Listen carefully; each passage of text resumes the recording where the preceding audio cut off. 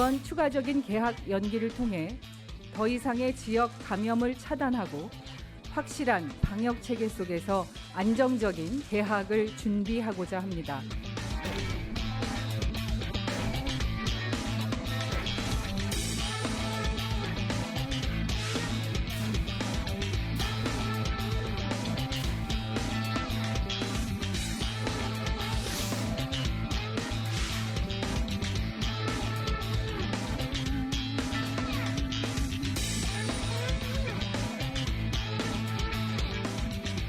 지금의 비상 국면을 타개하는 데 필요하다면 어떤 제약도 뛰어넘어야 합니다.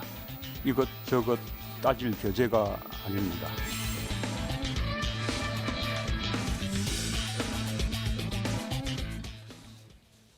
한 달 전쯤에 중국의 사망자가 3천여 명을 넘었었는데 지금 이탈리아의 사망자가 2천여 명을 넘고 있습니다. 미국은 하루 확진자가 우리 10배에 달합니다. 인류의 하루하루가 살얼음판 위를 걷는 것 같습니다.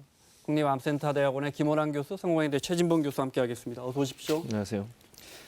개학 연기부터 알아보겠습니다. 정부가 개학을 다시 연기했습니다. 2주 더 연기해서 4월 6일 개학이 목표입니다. 네, 유은혜 교육부 정리의 발표 먼저 들어보겠습니다.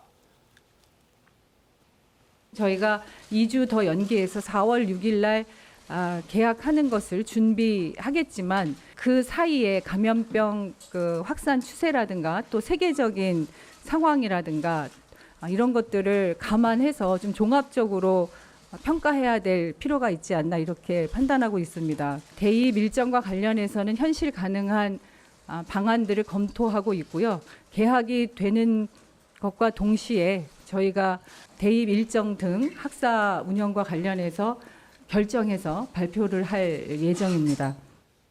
그러니까 4월 6일 날 개학을 한다는 게 완전히 정해진 건 아니군요. 예, 아닙니다. 그건 왜냐하면 지금 현재 상태에서 4월 6일로 잠정을 연기했지만 그 상황이 어떻게 되느냐에 따라 또 달라질 수 있다는 겁니다. 네. 만약에 상황이 계속 이렇게 산발적인 어떤 그 집단 감염들이 나타나게 되거나 아니면 아직까지도 안정된 상태로 간다는 상황이 판단이 안 될 경우에는 연기를 더 할 수밖에 없는 거죠. 더 연기할 수도 있다. 그렇죠. 지금 네. 상황에서는 4월 6일이 1차적으로는 연기 시점이지만 그것을 지금 당장 모든 것을 결정한 건 아니고 그때 네. 가서 또 상황 보고 판단할 수 있다 이런 얘기라고 볼 수 있을 것 같습니다. 자, 이렇게 되면 이제 4월 6일 날 개학을 한다고 해도 5주를 연기하기 때문에 그렇죠. 교수님 학교에는 그 법정 수업 일수라는 게 있잖아요. 맞습니다. 이게 방학을 아무리 줄여도 안 된다면서요. 예, 그렇죠. 그러면 190일. 이제 예. 법적인 의무 수업 일수를 줄여야 되는데. 그렇습니다. 네, 그러면 이제 각 교육청에 예. 며칠씩은 줄여주세요 이렇게 권고한다고요? 그렇습니다. 이게 원래 규정은 어떻게 되냐면 학교장 재량으로 10% 범위 내에서 그래요? 줄일 수 있게 돼 있어요. 네. 근데 지금 현재 얘기 나온 것은 약 10일 정도를 줄이는 것으로 나왔는데 이것도 유동적입니다. 그러니까 전체 수업 일수 중 190일 정도 되거든요. 수업 네. 일수가 초중고가. 그런 경우에 만약 190을 다 못 채우면 10%는 학교 재량, 교장의 재량에 의해서 줄일 수 있는데 이 부분도 제가 볼 때 유동적으로 바뀔 가능성이 있습니다. 만약 이게 계속 늘어나게 되면 10% 줄여가지고도 안 되는 경우가 있을 수 있거든요. 방학을 다 활용한다 하더라도 10일가량 정도 줄일 전망이지만 앞으로 또 이게 더 연기가 되면 그것도 더 연장될 가능성도 충분히 있다는 생각이 듭니다. 네, 교수님.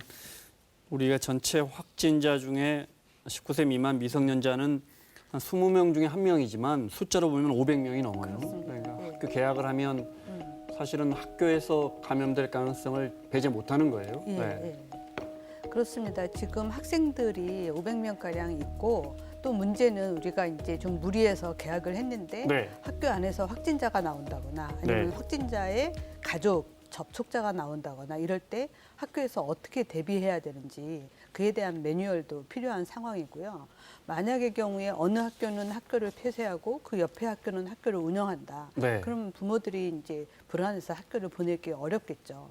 또 더 이제 확장해서 생각해 보면 학생이 확진자가 됐을 때 그 학생의 가족인 부모나 조부모가 감염이 되면 네. 지역사회로 확장될 수 있고 또 직장으로 확장될 수가 있어서 이 여파가 굉장히 클 수 있습니다. 특히나 아이들은 증상을 잘 못 느끼기 때문에 네. 또 위생관리를 잘 못하기 때문에 더 큰 확장의 중심이 될 수 있습니다. 네.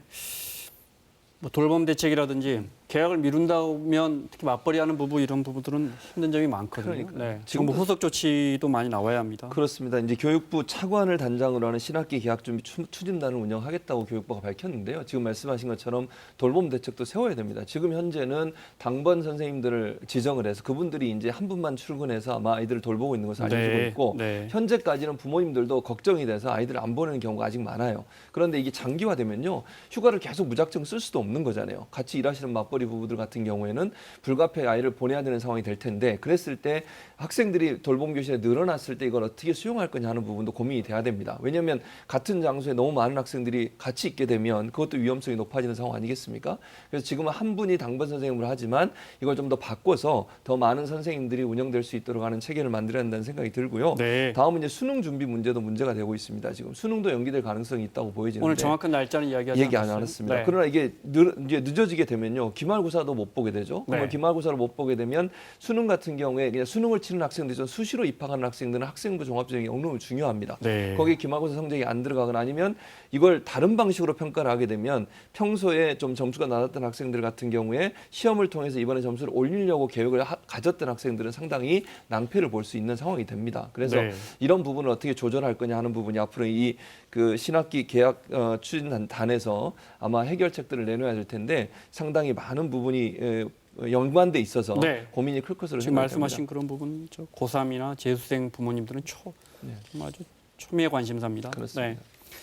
자, 우리가 이제 확진자는 잘 잡아가고 있습니다. 아시는 것처럼 두 자릿수에서 사흘째 잡고 있고 확진자 수는 줄어들고 있는데 퇴원하는 환자 수는 늘어나고 있기 때문에 우리가 매일매일 관리해야 하는 환자 수는 줄어들고 있습니다.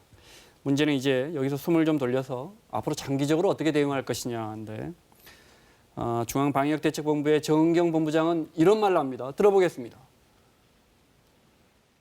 저희가 각종 전문가들의 의견과 위기대책 전문위원회도 개최하였고 외국의 전망들도 대부분은 이 코로나 바이러스가 단기간에 소멸되기는 어렵고 장기전에 대응해야 된다라는 그런 의견이 많습니다. 장기전에 대비한 그런 새로운 일상에 대한 준비가 필요하다는 말씀을 드립니다. 사업장, 기관, 학교 등은 아파도 나온다라는 문화를 아프면 쉰다로 바뀔 수 있도록 근무 형태나 근무 여건을 개선하는 게 필요하겠습니다. 이에 따라 발열이나 호흡기 증상이 나타난 사람이 큰 부담 없이 등교나 출근하지 않고 외출을 자제하며 집에서 경과를 관찰할 수 있도록 전 사회적인 그런 제도화, 지지가 필요하다고 생각합니다. 교수님, 그전에 정은경 본부장 이야기는 한두 달 안에 잡기는 쉽지 않아요. 이렇게 들리는데요. 맞습니다. 그렇죠? 예. 네. 그럼 이제 우리가 일상의 방식을 바꿔야 하는데 대표적으로 예를 드는 게 이제 학교나 회사에서 아프다 그러면 우리 민족 워낙 강인해서 우리 그냥 나가잖아요. 그렇죠. 이런 것도 바꾸자고 제안을 해요. 네. 맞습니다. 사실은 저희가 이런 부분에 대해서 오랫동안 이야기를 해왔지만 한 나라의 문화가 바뀐다는 게 쉽지 않은 네. 일이기 때문에 그동안 어려웠습니다. 외국에서는 아프면 당연히 쉬는 것이 본인을 위해서뿐만 아니라 회사나 지역사회를 위해서 필요한 일이라고 받아들여지고 있는데 아직 우리는 그렇지 않거든요. 아이가 아파도 어린이집에 보내고 아이가 아파도 학교를 보냅니다. 네. 그게 감염에 있어서는 굉장히 취약한 부분이거든요. 근데 이런 부분을 바꾸려면 국가나 기업이 지원을 해줘야 됩니다. 그런 사람들이 쉽게 휴가를 쓸 수 있도록 지원을 해줘야 되거든요. 그래서 전체적으로 사회 시스템을 바꾸지 않으면 이런 장기전에 이제 우리가 버텨낼 수가 없습니다. 지금까지의 단기적인 사회적 거리두기를 언제까지 네. 할 수는 없는 거거든요. 일상에서 우리가 이렇게 좀 바꿔나가야 할 것들 좀 한두 개만 이야기해 볼까요? 저희만 해도 구내식당에서 앞에 사람 보지 않고 식사하는 게 이제 점점 자리를 잡고 있거든요. 교수님 추천하실 만한 게 있습니까? 제일 중요한 거는 우리가 4차 산업혁명이 도래했다라고 하지만 실제로는 피부로 못 느끼고 있었습니다. 그렇지만 재택근무를 한다든가 화상회의를 한다든가 근무시간 유연제를 한다든가 굉장히 많은 부분들이 우리 회사 생활이나 직장 생활에서 바꿔질 수 있는 부분들이 있습니다. 사실 해보니까 할 수 있었단 말이에요. 그렇습니다. 예. 그런 부분부터 바꿔나가자 이거죠. 네, 교수님은? 저는 이렇게 생각해요. 이제 지금 김은환 교수님 말씀하신 그게 정말 중요하고 그걸 실행하는 데 있어서 불이익을 당하면 안 되거든요. 네. 저는 그렇게 보는데 회사 같은 경우도 이렇게 뭐 화상회의라든지 재택근무 이런 부분에서 상당히 부정적으로 접근하는 회사들이 있을 수 있어요. 또는 아파서 안 나오는 것에 대해서 어떤 피해를 당할까 봐 그런 두려움 때문에 그걸 적극적으로 활용하지 않는 경우도 있지 않습니까? 제도적으로 사실은 휴가를 쓸 수 있게 돼 있음에도 불구하고 그걸 마음대로 쓸 수 없는 이런 사회적 환경, 기업의 문화 이런 문화부터 바꿔야 된다고 생각을 해요. 그게 기본적으로 바뀌지 않으면 실제 이걸 쓰고 싶거나 아니면 아프면 안 가도 된다는 어떤 그 안심감이 들 때 사람들은 적극적으로 이런 부분들을 활용할 텐데 그런 부분이 아직 자리 잡지 않았는데 이번 기회에 이런 이제 코로나19 사태를 통해서 기업이든 학교든 또 네. 부모님도 마찬가지예요. 아이들이 아프면 학교 안 가고 집에 있을 수 있는 거잖아요. 근데 부모님들은 불안해하거든요. 내 아이가 뒤처질까 봐 그런 문제들 때문에 그런 거니까 그런 문화를 바꾸는 것도 필요하지 않겠나 이런 네. 생각이 듭니다. 말씀하신 것처럼 이제 나가는 게 원칙이다. 네. 좀 열 좀 놔도 기침 좀 그렇죠. 해도 선진국은 남에게 폐해를 끼칠 수 있는데 왜 나오느냐 이런 인식이 있는데 우리는 맞아요. 그런 게 좀 덜하거든요. 네, 바꿔 나가야겠습니다. 자, 영상 하나 보겠습니다. 우리가 개발한 드라이브스루를 전 세계가 지금 서둘러 도입하고 있는데 차 직접 운전하고 가서 검사 받는 거죠. 우리가 또 워킹스루라는 방식으로 코로나19 검사를 받아요. 영상으로 보겠습니다. 서울의 한 코로나19 선별진료소인데요. 공중전화 부스처럼 안에 검사받는 사람이 들어가 있죠. 네, 이른바 워킹스루 진료소입니다. 환자가 부스 안에 들어가면 의료진이 벽을 통해 이렇게 장갑에 손을 넣어 검체를 채취하는 겁니다. 고개 좀 위로 하세요. 네. 환자와 직접 접촉하지 않아도 돼서 감염 위험이 일단 크게 줄어들고요. 30분이 넘는 기존 컨테이너 박스나 천막 진료소에 비해서 부스 안에 음압 모터가 작동해서 진료 마친 뒤에 환기나 소독이 1, 2분밖에 걸리지 않는답니다.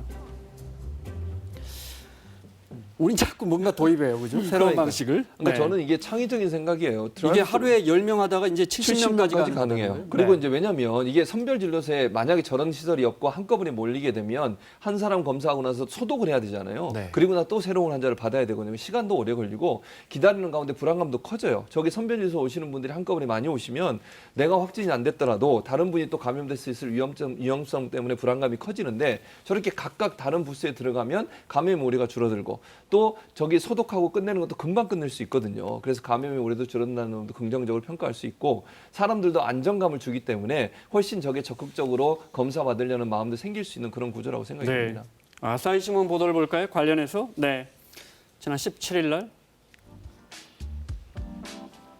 한국이 이제 이런 방식까지 도입하고 있다 하면서 워킹스루 방식, 이거 이제 차가 없는 차를 탄 채로 검사받을 수 있는 드라이브스루 방식이 보급돼 있다고 지적하면서 그런데 승용차가 없는 환자나 고령자도 이 방식으로 하면 편리하고 안전하게 검사를 받을 수 있다 이렇게 보도하고 있습니다. 자, 신규 확진자 현황을 좀 짚어보겠습니다. 네, 사흘째 두 자릿수 환자가 나왔어요. 네, 확진자가 나왔습니다.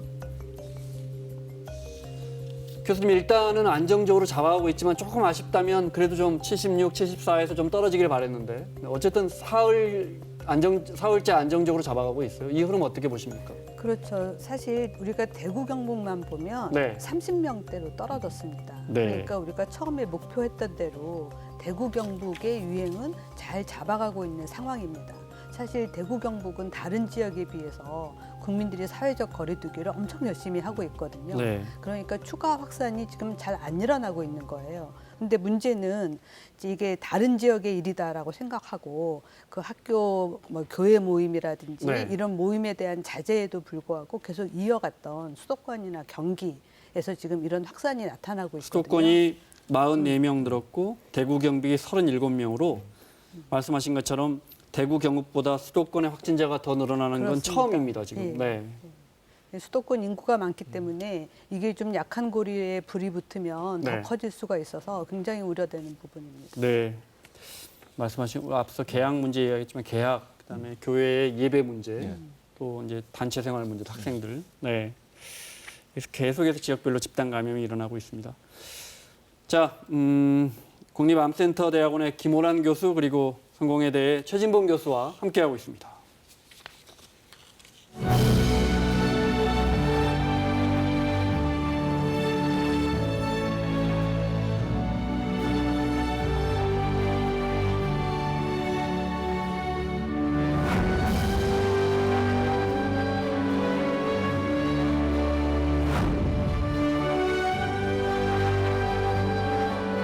안전한 대한민국 공군이 함께하겠습니다. 코로나19 극복, 우리는 할 수 있습니다. 국민 여러분 힘내십시오.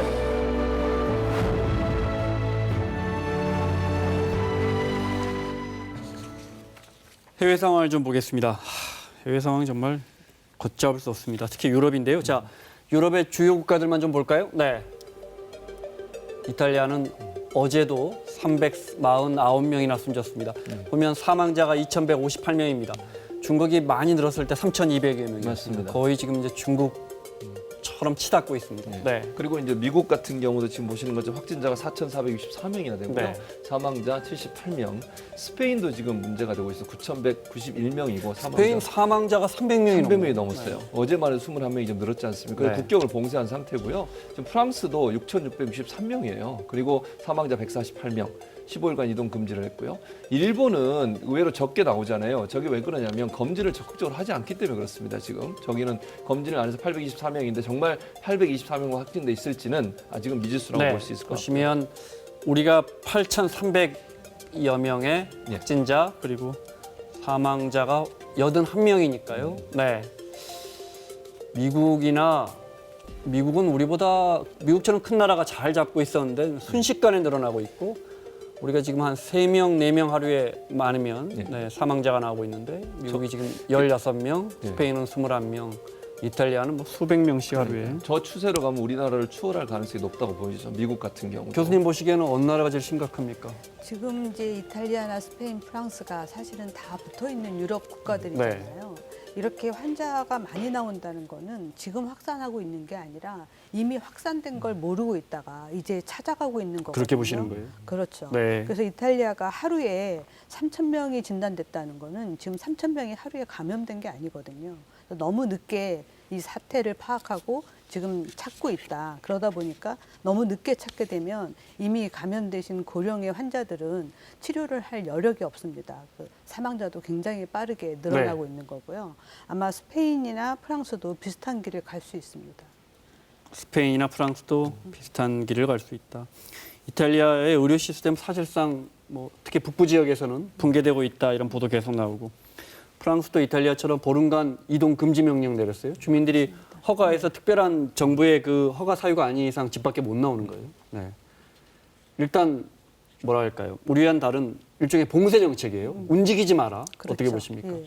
이렇게 움직이지 말라고 하면 여기서 더 이상 확산되는 건 막을 수 있습니다. 그러겠죠. 네. 그렇지만 이미 확산돼서 감염된 사람을 지금 찾고 있는 상황이기 때문에 한동안 환자 수 증가는 어쩔 수가 없습니다. 그렇지만 지금 이제 움직이지 말라고 하고 이동 중지 명령을 내린 것의 효과는 앞으로 한 2주 정도 후에 나타날 겁니다. 네. 스웨덴이 어제 뉴스를 보니까 역학조사를 하지 않겠다고, 검사하지 않겠다는 거예요. 그러니까 확인된 환자들 들어와서 확인된 환자 치료에 전념해서 사망자를 줄이겠다. 흔히 완화 정책의 하나로 저희가 들었는데 지금 이런 나라들이 조금씩 늘고 있죠.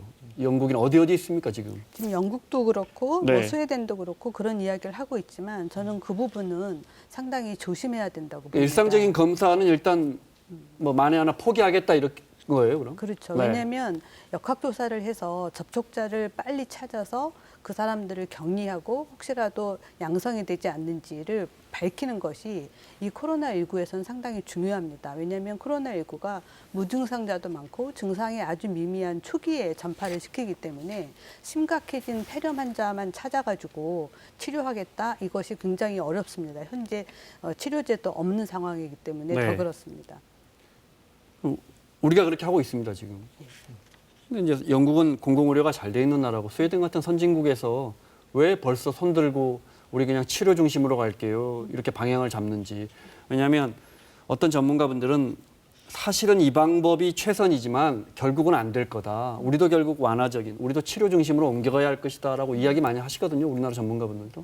그건 어떻게 보세요? 그런 부분을 좀 조심해야 된다고 생각합니다. 질병의 특성을 우선 봐야 되고요. 우리가 몇 달 기다린다고 해서 약이 나오고 백신이 나올 상황이 아닙니다. 네. 그래서 중국을 보면 굉장히 피해가 컸지만 어쨌든 전부 다 이동 중지 명령을 내려서 지금 한 자릿수로 환자가 줄었습니다. 우한에서는 어저께 단 한 명의 확진자만 나왔거든요. 네. 그렇게 없앨 수 있다, 종식시킬 수 있다는 희망을 가지고 열심히 역학조사해서 접촉자를 줄여야 우리가 일상생활로 돌아가지 계속해서 2자리, 3자리 숫자의 환자가 나오는 상황에서는 일상생활로 돌아갈 수가 없거든요.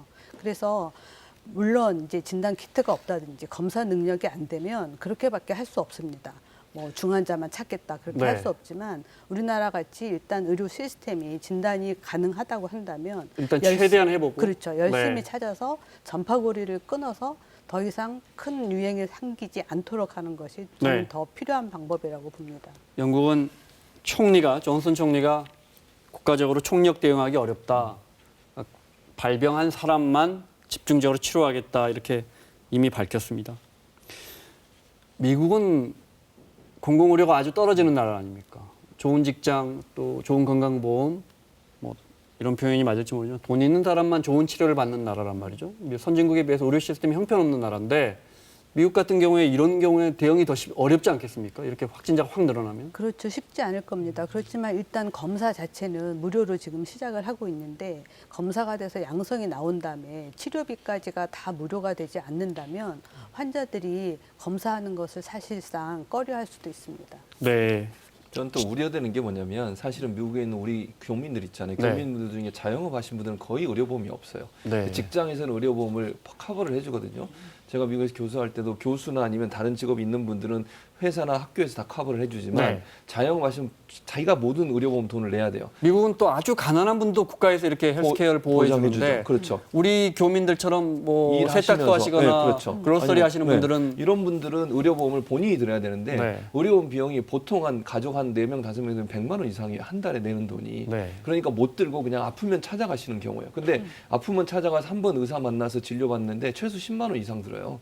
그러니까 이제 결국은 돈이 너무 많이 들어가니까 의료보험 네. 가입하지 않고 있다가 아프면 찾아가는 경우인데 그러다 보니 웬만큼 아프면 그냥 참는 거예요. 네. 이런 문제가 있어서 이제 미국에 거주하신 우리 교민분들도 상당히 네. 좀 걱정이 되는 부분이 미국에 있습니다. 수십만 명의 우리 교민들이 있는데 미국은 뭐 LA와 뉴욕 공공장소는 이미 다 폐쇄됐다고 하고 그렇습니다. 10명 이상 모임하지 마라고 하고 있고 지시를 했고. 어제 저희가 전해드렸는데 스타벅스는 매장 내 판매 금지하고 네, 그렇습니다. 그래서 드라이브스루나 아니면 오더 많은 것만 받게 돼 있어요. 네. 그러다 보니까 이게 미국이 이렇게 하는 것은 그만큼 심각성을 이제 깨달았다는 거예요. 트럼프 대통령 그 전까지 뭐라고 얘기했습니까?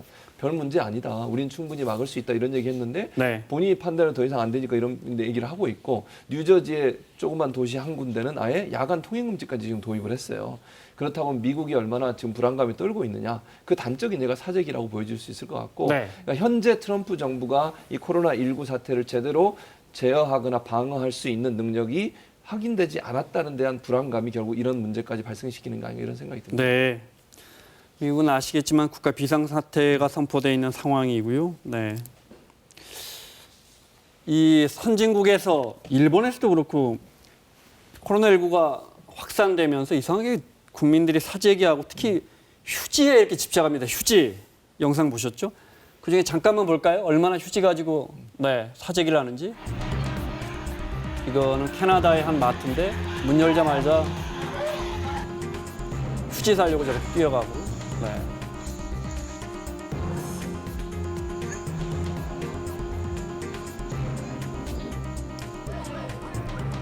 여기는 호주인데, 네. 휴지 때문에 싸움까지 붙은 거예요.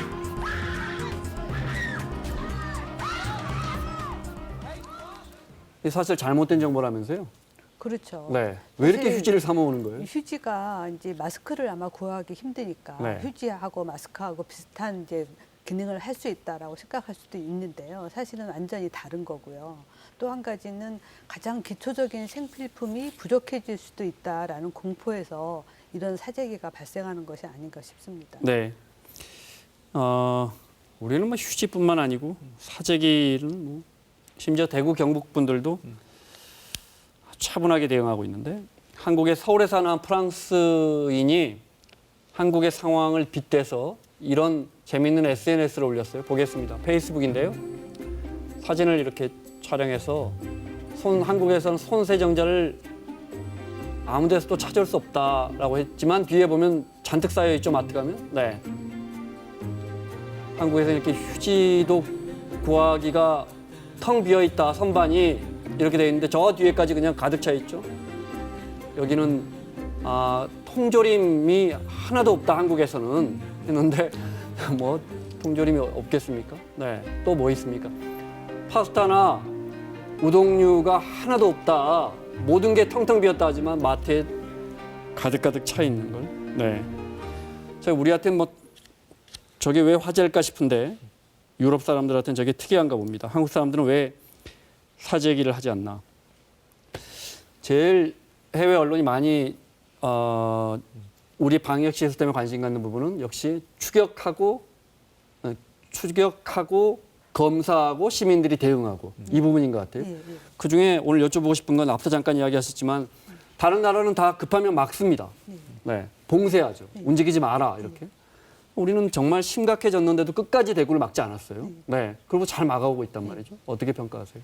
만약에 우리가 대구를 봉쇄했다면 실제로 사재기가 일어날 수도 있습니다. 네, 왜냐하면 외부에서 물건이 들어오는 것이 그랬겠죠. 예, 다 네. 막힐 수도 있다라는 불안감이 대구뿐만이 아니라 다른 곳에서도 그런 불안감 때문에 사재기가 생길 수 있을 거고요.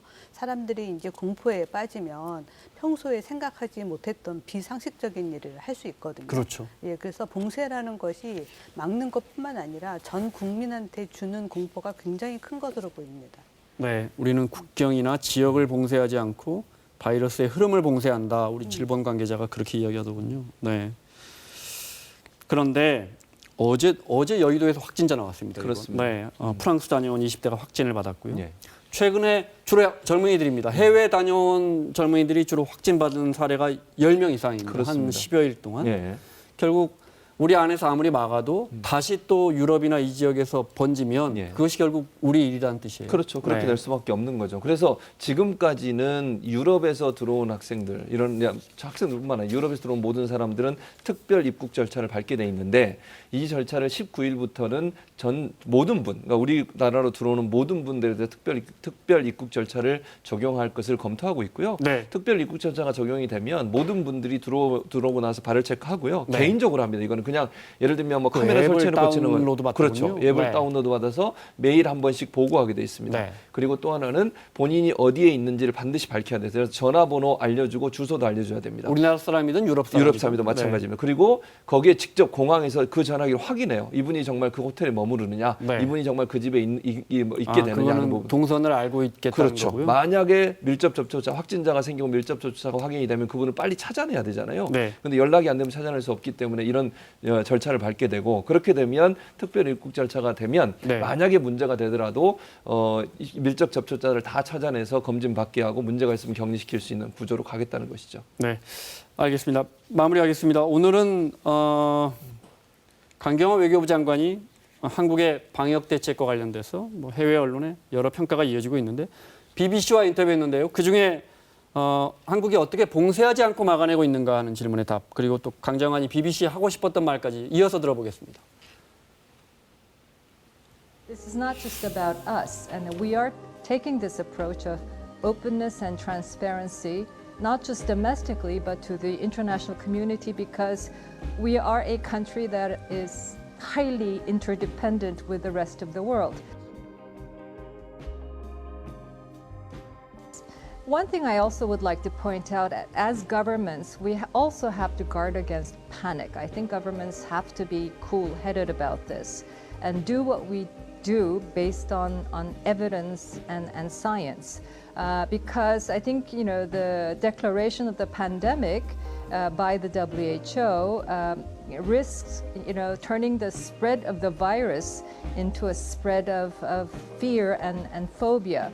I can't tell you how many incidents I get reports of Asians, not just Koreans, but being verbally abused, even physically attacked in other countries. And this governments have to take responsibility to stop this kind of incident, because that is not helpful to generating the spirit of collaboration that we absolutely need to overcome this challenge together globally. 자, 여기까지 듣겠습니다. 네, 강 장관이 혐오에 대해서 각국 정부가 책임이 있고 막아야 한다고 아주 강력하게 이야기했어요. 네, 혐오와 바이러스와 공통점이 있습니다. 전염된다는 거예요? 교수님 어떻게 보세요? 맞습니다. 우리가 어떤 질병에 대해서 잘 모르면 두려움을 느끼게 되고 이게 공포로 가게 되면 그걸 분출할 수 있는 탈출구로 무엇인가를 혐오해서 그것만 없애면 이 위기를 극복할 수 있을 것처럼 잘못 생각할 수 있습니다. 하지만 그게 결국은 사태를 더 악화시킵니다. 왜냐하면 환자가 자신 있게 밖으로 나와서 검사를 받거나 치료받기 어렵게 만들거든요. 네. 우리가 이미 그런 거를 한번 겪은 적이 있습니다. 네. HIV 에이즈 때요. 네. 그러니까 저는 이렇게 생각해요. 정말 강 장관 얘기했던 것처럼 우리나라 국민을 포함해서 외국에 있는 아시안들이 많은 부분 혐오를 당하고 신체적으로 폭력을 당하는 경우도 여러분 있었지 않습니까? 네. 에이시안이라는 이유 하나만으로 그분들이 감염되지도 않았는데 감염된 사람처럼 취급하고 마스크 쓰라고 소리를 지르고 폭력을 행사하는 이런 행위들은 절대로 있어서는 안 됩니다. 우리나라를 보세요. 우리나라가 중국 사람들에서 그런 혐오를 보였습니까? 그런 경우가 거의 없었어요. 우리나라는. 그래서 우리나라 국민들의 국민성은 저는 참 높다고 생각하고 다만 외국에 있는 나라들도 이런 정책들을 잘 펴서 네. 다른 아시안들이 그 나라에서 폭력을 당하거나 모욕을 당하거나 모독을 당하는 일이 없도록 조치를 취하는 것이 반드시 필요하다는 생각이 듭니다. 네. 중국 사람들이 우한을 혐오하고 한국 사람들이 중국을 혐오하고 예. 한국 사람들이 대구를 혐오하고 유럽 사람들이 아시아를 혐오하고 그럼 답이 없는 거잖아요. 그렇죠. 결국 답이 지금 뭐 유럽에서 확산되고 있는데. 자, 마무리하겠습니다. 국립암센터대학원의 김원환 교수, 성공회대 최진봉 교수와 함께했습니다. 수고하셨습니다.